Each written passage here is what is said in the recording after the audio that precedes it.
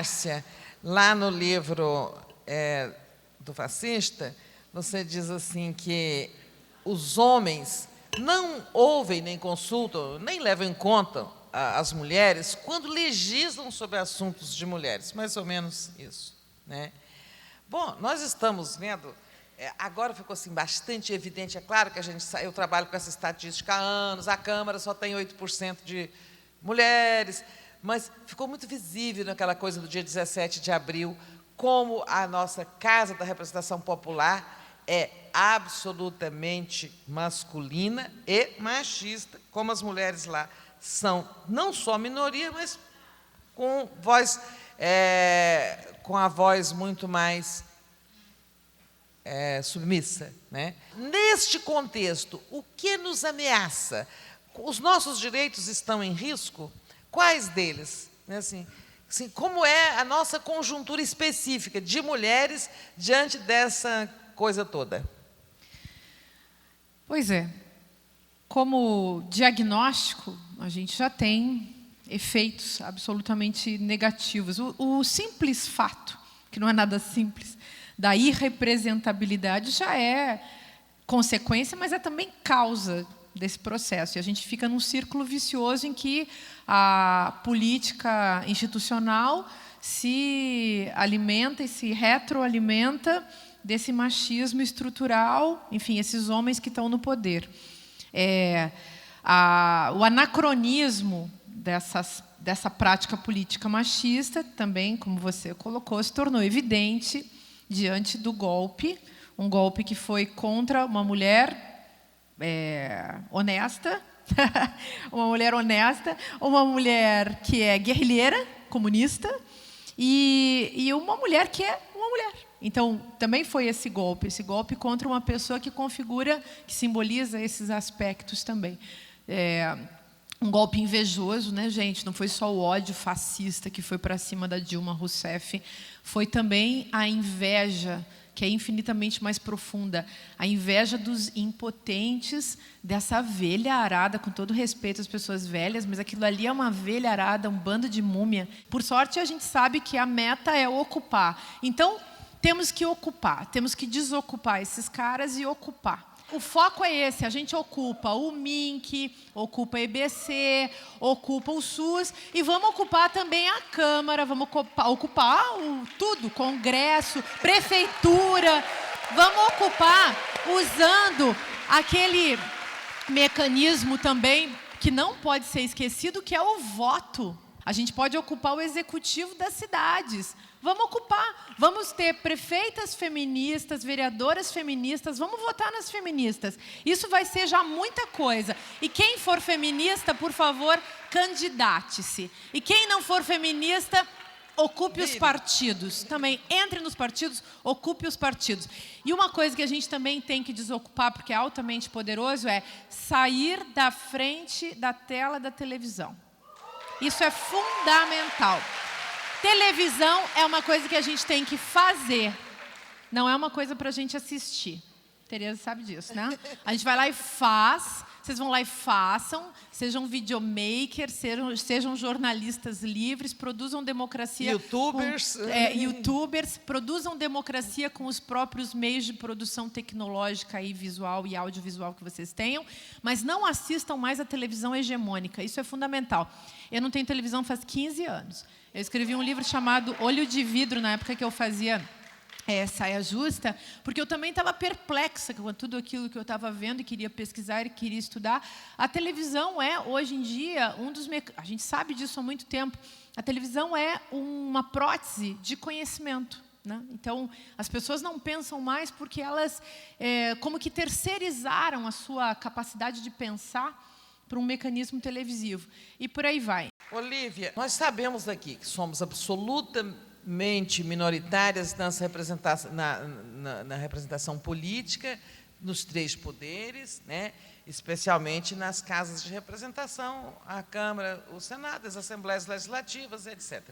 Tá. Tentou-se a política de cotas. As feministas apoiaram a política de cotas de candidatas pelos partidos.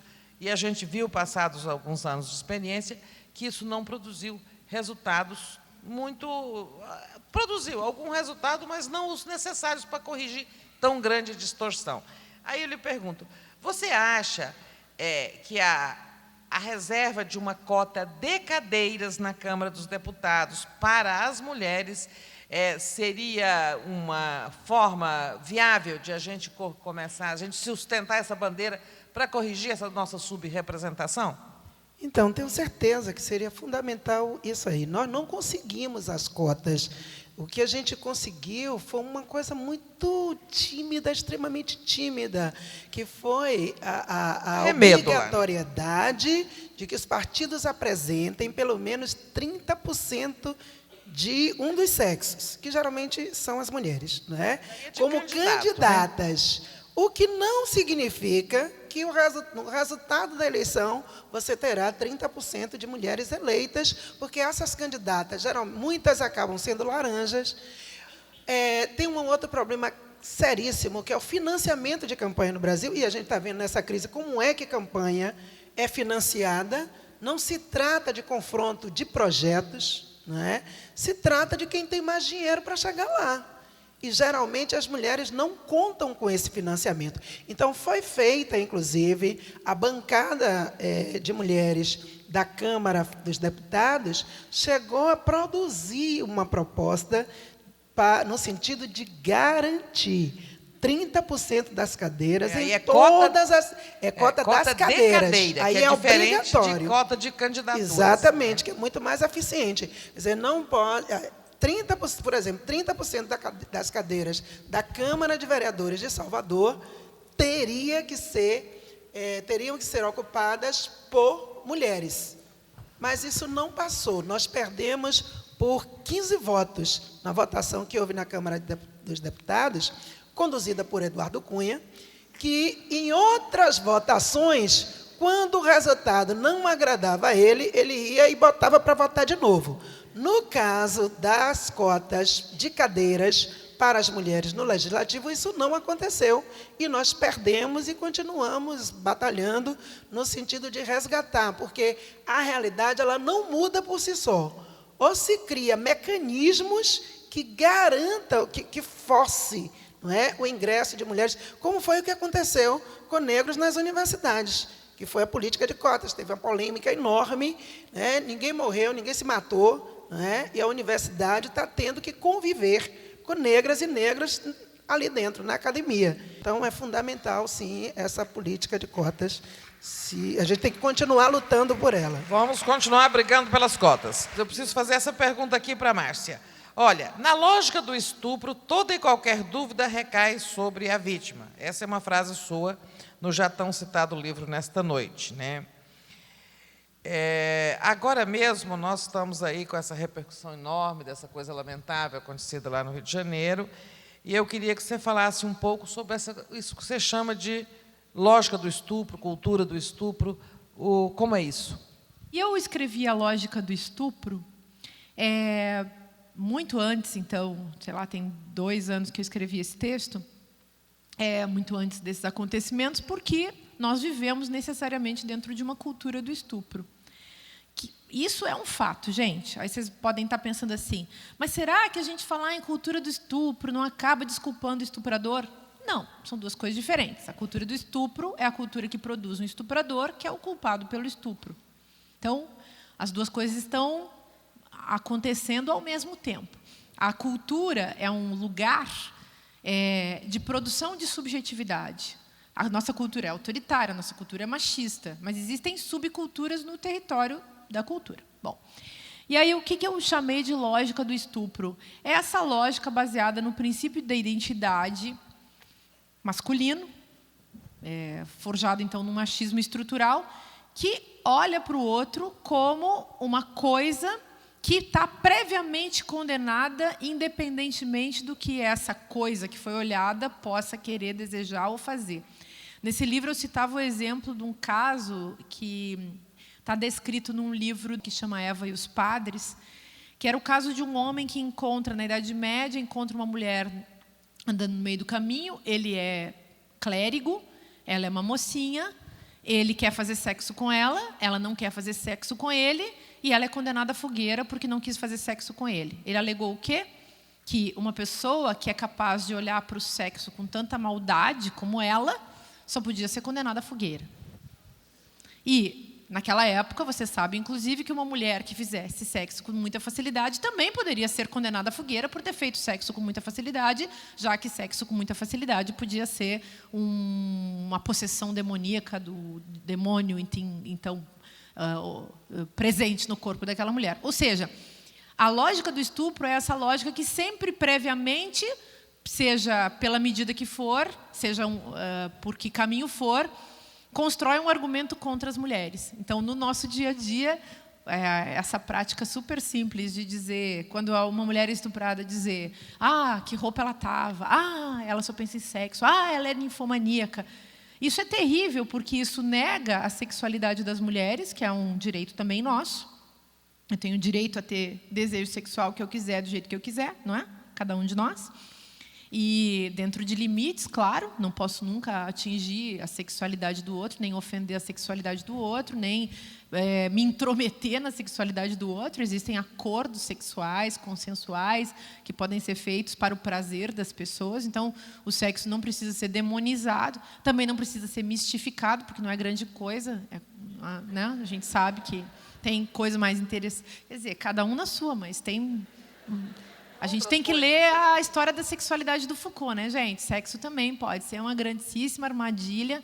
Tem muita coisa boa para fazer, se não rola sexo na sua vida. E se rolar também pode ser bom e pode ser ruim, tanto faz. Use camisinha, não engravide se não tiver como cuidar da sua criança. E por aí vai, enfim. Mas eu acho interessante a gente pensar nessa lógica, nesse procedimento mental, que é uma operação da linguagem. É isso que está em jogo. Então, o que me faz achar que eu posso olhar para o outro como se ele fosse uma coisa que eu posso usar, ou que eu posso maltratar, ou que eu posso aviltar, ou que eu posso violentar? Como é possível que aconteça essa operação mental? O que está na base dessa operação mental? Eu acho que se a gente conseguisse entender isso, que em filosofia a gente chama de princípio de identidade, que ele é devorador do outro sempre, a gente conseguiria entender o machismo, o racismo, o autoritarismo, enfim, em todas as suas formas. A gente conseguiria entender o preconceito em relação à sexualidade das pessoas. É isso que está na base dessa lógica do estupro. Então, nós optamos por pedir que as pessoas mandassem perguntas para a nossa produção, né, para serem respondidas pelas nossas companheiras aqui. Então, eu vou a uma primeira pergunta aqui, que vem da Gislene Ramos, e eu encaminho ela para a Olívia. Sabe-se que o capitalismo é um sistema que está imbricado em praticamente todas as nossas relações sociais.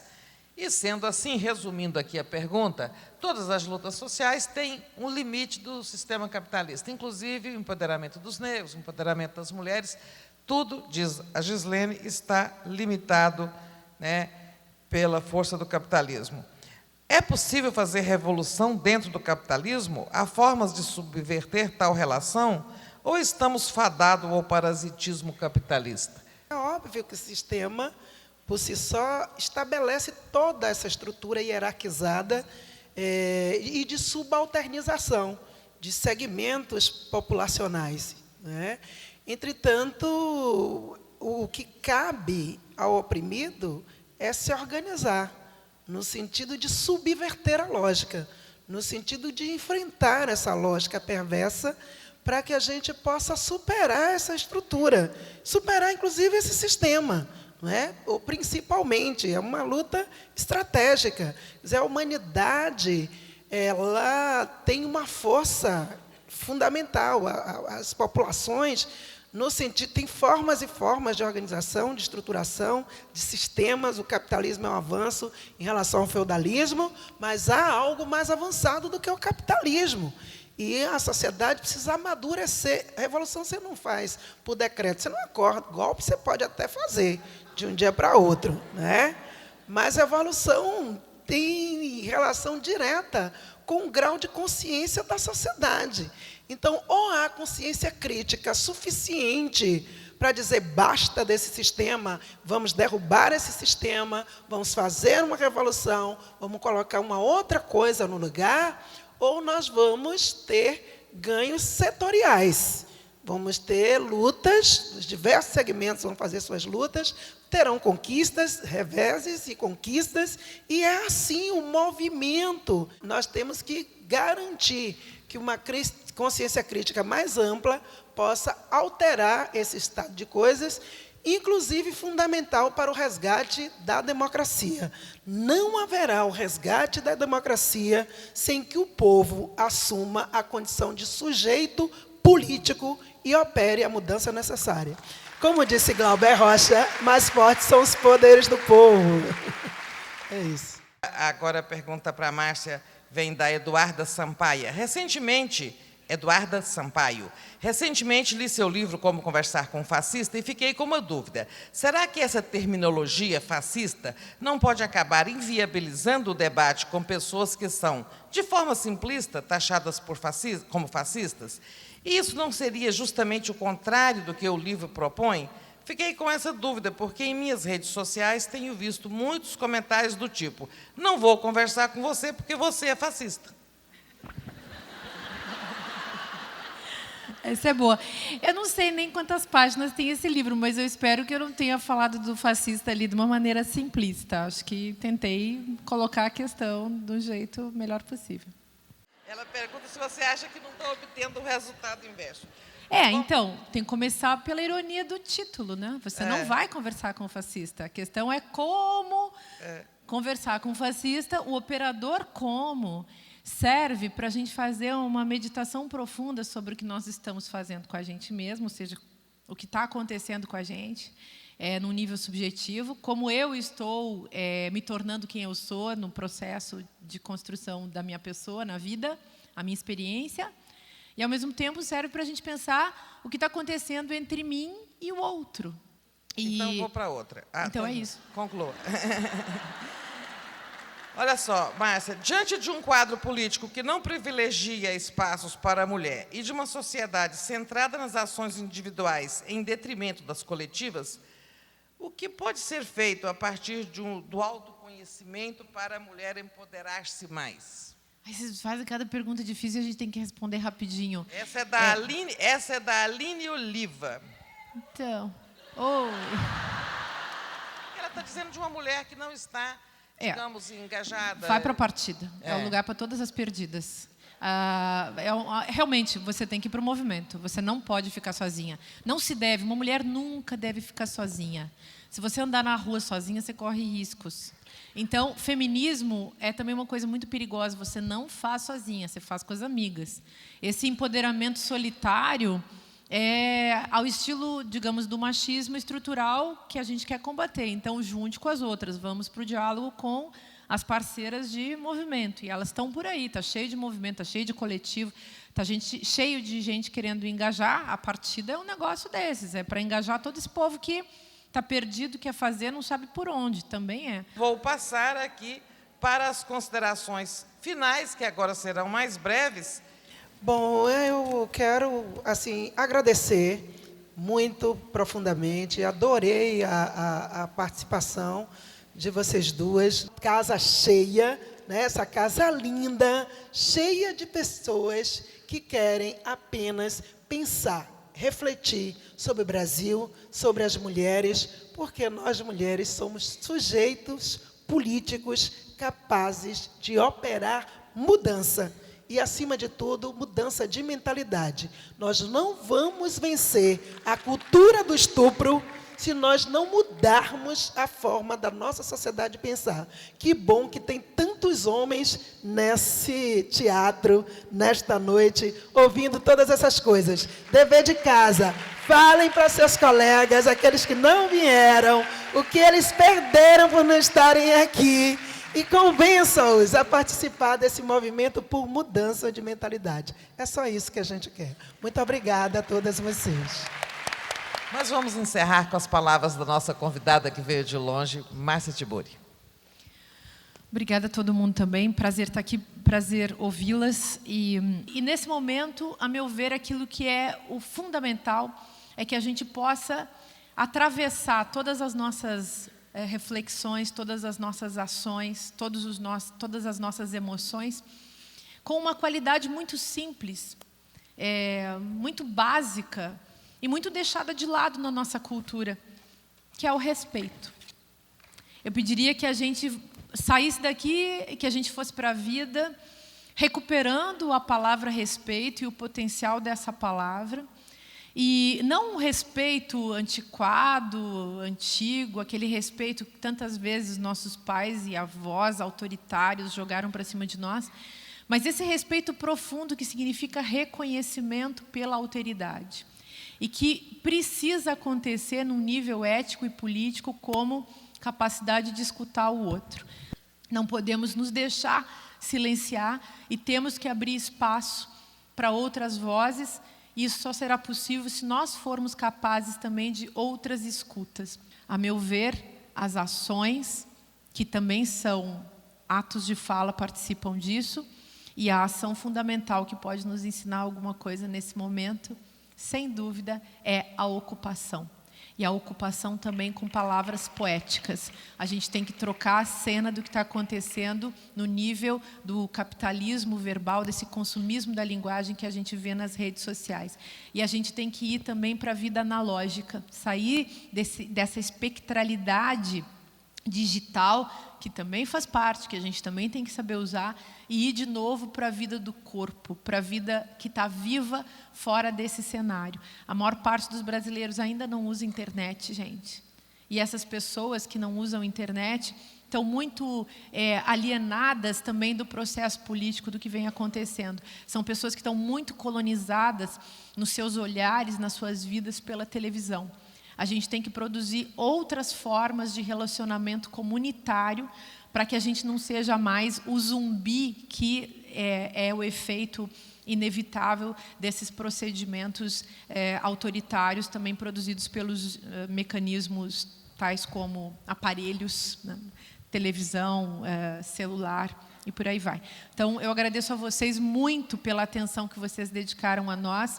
E espero que a gente possa retribuir dessa maneira, tendo também atenção a vocês. E se a gente conseguir produzir uma política de novas atenções com muito respeito, talvez a gente possa recuperar e devolver à democracia a nossa existência. Então, muito obrigada.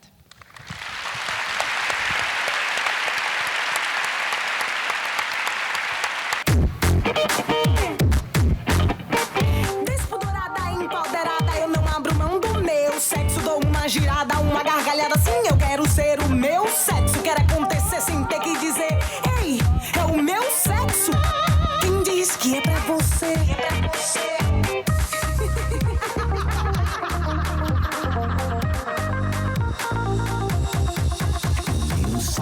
Eu vi soltei equilíbrio, me descubra ao me mexer. A jornada é sagrada, eu quero me conhecer. Sinto meu quadril, quero